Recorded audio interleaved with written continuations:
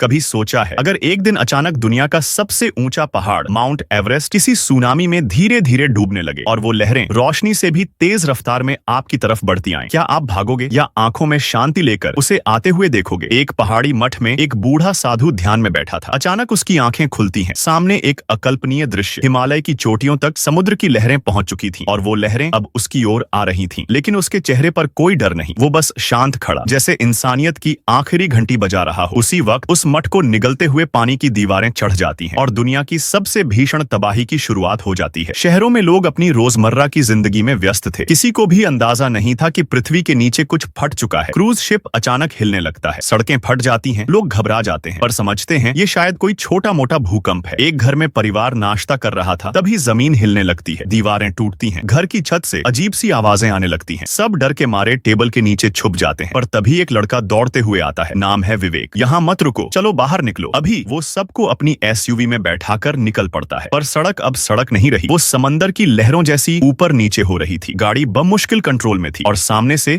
एक बूढ़ा couple scooter पर मजे से आ रहा था, जैसे कुछ हुआ ही नहीं। टक्कर से बचने के लिए विवेक गाड़ी को घास के एरिया में घुमा देता है और पीछे वो स्कूटर वाले सीधा टूटे हुए पत्थरों में जा गिरते हैं। एक आदमी सलाह देता है हाईवे पकड़ते हैं, पर वो ब्रिज आधे रास्ते में ही टूट चुका था। एक भारी ट्रक सामने से निकलता है और सीधे जाकर पेट्रोल पंप से टकराता है। धमाका, पूरा इलाका हिल जाता है। बमुश्किल सब लोग एयरपोर्ट पहुंचते हैं, लेकिन प्लेन उड़ाने वाला पायलट मर चुका होता है। तभी अनन्या को याद आता है कि उसका बॉयफ्रेंड गौरव ने कभी फ्लाइट क्लास ली थी। अब बिना ट्रेनिंग के गौरव को ही प्लेन उड़ाना पड़ता है। रनवे टूट चुका था, पर प्लेन आखिरकार आखिरी सेकंड में हवा में उड़ जाता है। नीचे का नजारा तबाही से भरा था। बिल्डिंग्स, गाड़ियां, सड़कें सब दरारों में समा रही थी। एक ट्रेन हवा में उड़ती हुई दिखती है। प्लेन में बैठे सभी लोग एक पल को सांस लेना भूल जाते हैं। तभी सामने दो ऊंची इमारतें रास्ता रोकती हैं। गौरव कांपता है, पर विवेक बोलता है भाई बस निकाल दे, कर ले तू। गौरव इमारतों के बीच से प्लेन निकालता है। अब सब थोड़ी राहत की सांस लेते हैं। वो पीछे मुड़कर देखते हैं, पूरा एक राज्य समुद्र में डूब चुका होता है। सिर्फ ऊपर राख, चीखें और बर्बादी। अब विवेक को मौका मिलता है सब कुछ बताने का। 3 साल पहले सूरज की सतह पर एक भीषण विस्फोट हुआ था। उससे निकले न्यूट्रिनो नामक कण पृथ्वी की सतह के अंदर घुस चुके थे। अब धरती का कोर यानी अंदर का हिस्सा पिघल रहा है। ऊपर की सतह खाली खोल बन चुकी है, वो कभी भी फट सकती है, खिसक सकती है। 3 साल पहले विवेक बच्चों को पार्क ले गया था, जहाँ एक पागल रेडियो जॉकी मिल गया। वो बार बार कह रहा था 21 दिसंबर को दुनिया खत्म हो जाएगी, नोआ की आर्क बन चुकी है और केवल कुछ ही लोग उसमें जा पाएंगे। तब सब हंस रहे थे, पर आज वही पागल सही साबित हो रहा था। विवेक प्लेन को नेहरू पार्क की ओर मोड़ता है। वहाँ अनन्या प्लेन में फ्यूल भरती है। विवेक रेडियो वाले की तलाश में जाता है। वैन खाली होती है, लेकिन उसे पहाड़ी के ऊपर वही पागल मिल जाता है। अब भी रेडियो पर लाइव बोल रहा था, मुझे आर्क की लोकेशन चाहिए। विवेक चिल्लाता है। पागल कहता है बताने से कुछ नहीं होगा, वहाँ पहुँचना नामुमकिन है। तभी हजारों पक्षी उड़ जाते हैं। धरती ऊपर की ओर फूटने लगती है और दूर मौजूद ज्वालामुखी से धुआं निकलने लगता है। पागल आखिरकार बता देता है लोकेशन वैन के बुक शेल्फ में नक्शे के पीछे छिपी है। विवेक दौड़ता है, बेटी का हाथ पकड़कर वैन की ओर भागता है। पीछे से पागल अब भी रेडियो में बोल रहा होता है इतिहास का सबसे बड़ा पल अब यहीं खत्म होगा। और फिर पहाड़ी की जमीन फट जाती है। ज्वालामुखी पूरा फट चुका होता है। आसमान राख से ढक जाता है।